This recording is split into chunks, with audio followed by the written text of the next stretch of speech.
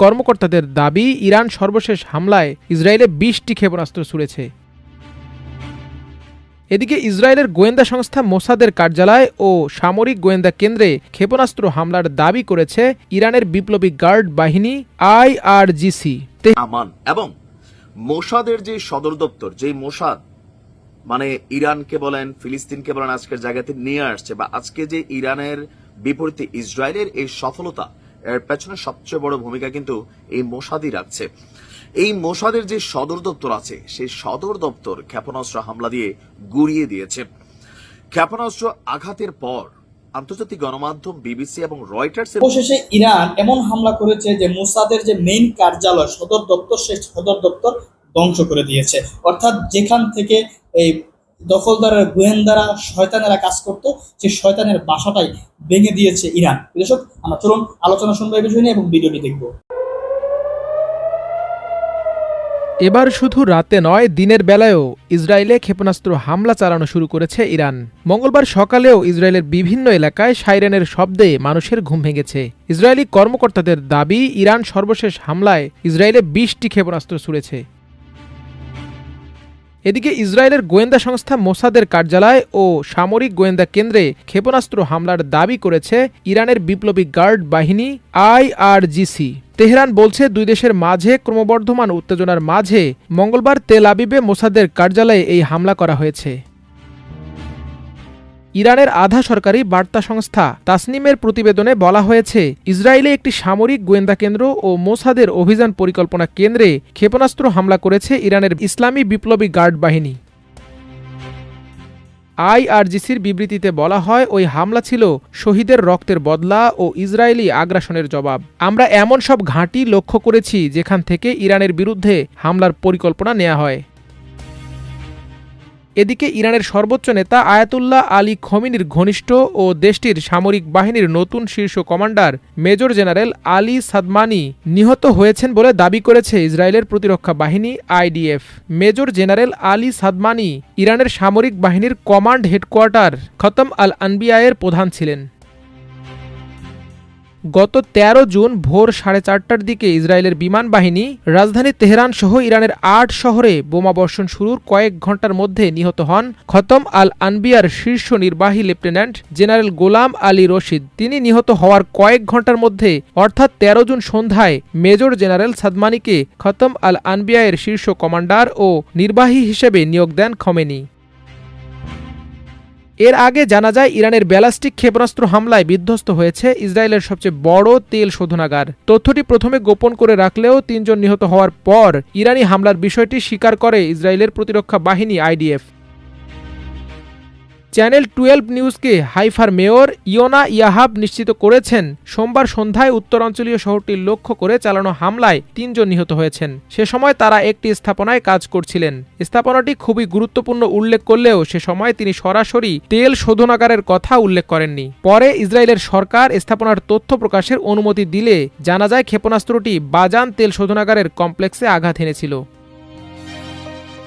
জানা গেছে, উদ্ধারকারীরা হামলার সময় ধ্বংসস্তূপের নিচে চাপা পড়া ৩ জন নিখোঁজ ব্যক্তির কাছে পৌঁছানোর জন্য ঘণ্টার পর ঘণ্টা চেষ্টা করেন, কিন্তু ক্ষেপণাস্ত্র বিস্ফোরণের পর ঘটনাস্থলে ভয়াবহ আগুন লাগার ফলে উদ্ধার কাজ জটিল হয়ে পড়ে। ইরানের পাল্টা হামলার শুরু থেকে এ পর্যন্ত ইসরায়েলে মোট নিহতের সংখ্যা দাঁড়িয়েছে ২৪ জনে। আহত অবস্থায় ৩ শতাধিককে বিভিন্ন। আসসালামু আলাইকুম। আমি ভিডিওর শুরুতেই আজকে আপনাদেরকে বেশ কিছু ভালো সুসংবাদ দিতে যাচ্ছি। তবে ভিডিওর প্রথমে আপনাদেরকে একটা স্ক্রিনশটে 2টা নাম্বার দিয়েছি। ভিডিওটা সবাই সর্বোচ্চ শেয়ার করবেন। যুদ্ধের পরিস্থিতি অনেক খারাপ আকার ধারণ করবে। ইরানে বসবাসরত আমাদের যে সকল বাঙালি ভাইরা আছেন, আপনারা এখনো কিভাবে ইরান থেকে বের হবেন? আপনারা জানেন যে রাজধানী তেহরান অনেকাংশেই খালি হয়ে যাচ্ছে। সো আপনারা যারা ইরান থেকে বাংলাদেশে আসতে চাচ্ছেন, বাংলাদেশ সরকার বিশেষ পদক্ষেপ নিয়েছে। স্ক্রিনে দেওয়া 2টি নাম্বারে আপনারা যোগাযোগ করবেন। যোগাযোগ করে আপনাদের আসার ব্যাপারে সার্বিক সহযোগিতা এই নাম্বারগুলোতে ফোন করলে আপনারা দূতাবাসের মাধ্যমে পেয়ে যাবেন। দর্শক, ভালো সংবাদ হচ্ছে এটা যে আমরা বলছি যে আজকে ইতিহাসের সেরা হামলা চালিয়েছে ইরান। মানে এ যাবৎকালীন ইসরায়েলে গত কয়েক যুগ যাবৎ যতগুলো অভিযান হয়েছে, সবচেয়ে জোরালো হামলা হয়েছিল এই হামলাটা। আর এই হামলার মধ্যে ইসরায়েলের সামরিক গোয়েন্দা অধিদপ্তর আমান, ইসরায়েলের সামরিক, বাংলাদেশে যেমন ডিজিএফআই আছে, ইসরায়েলের হচ্ছে আমান, এবং মোসাদের যে সদর দপ্তর, যে মোসাদ মানে ইরানকে বলেন ফিলিস্তিনকে বলেন আজকের জায়গাতে নিয়ে আসছে, বা আজকে যে ইরানের বিপরীতে ইসরায়েলের এই সফলতা, এর পেছনে সবচেয়ে বড় ভূমিকা কিন্তু এই মোসাদই রাখছে। এই মোসাদের যে সদর দপ্তর আছে, সেই সদর দপ্তর ক্ষেপণাস্ত্র হামলা দিয়ে গুড়িয়ে দিয়েছে।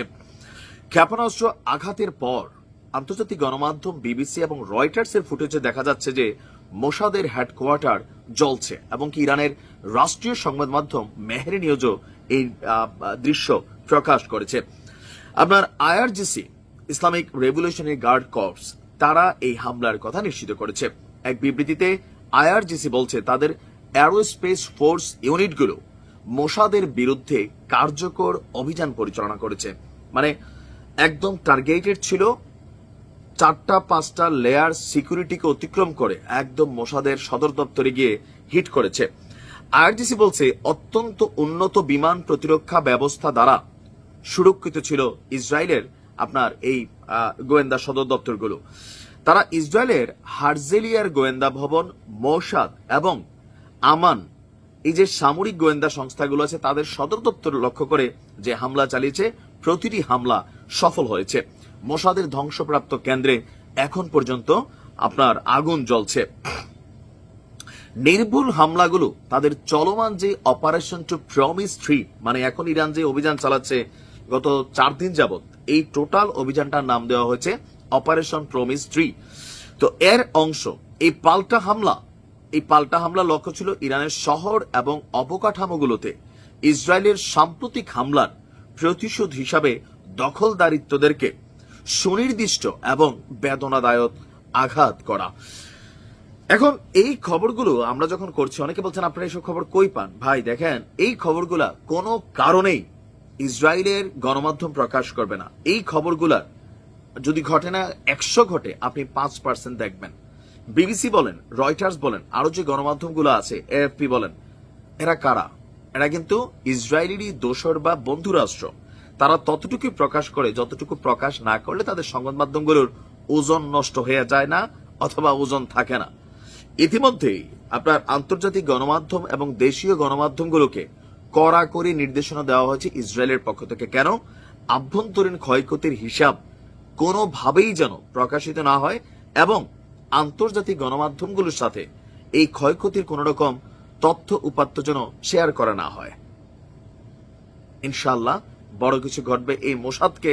দর্শক, আলোচনা শুনেছেন, দেখলেন, বুঝতে পেরেছেন যে আসলে কি হচ্ছে, কিভাবে এই সদর দপ্তরকে ধ্বংস করে দেওয়া হয়েছে, এবং কিভাবে ইরান তাদের কার্যক্রম চালিয়ে যাচ্ছে, যে কার্যক্রমের মাধ্যমে সম্পূর্ণরূপে ধ্বংসের পথে চলে যাচ্ছে দখলদার বাহিনী।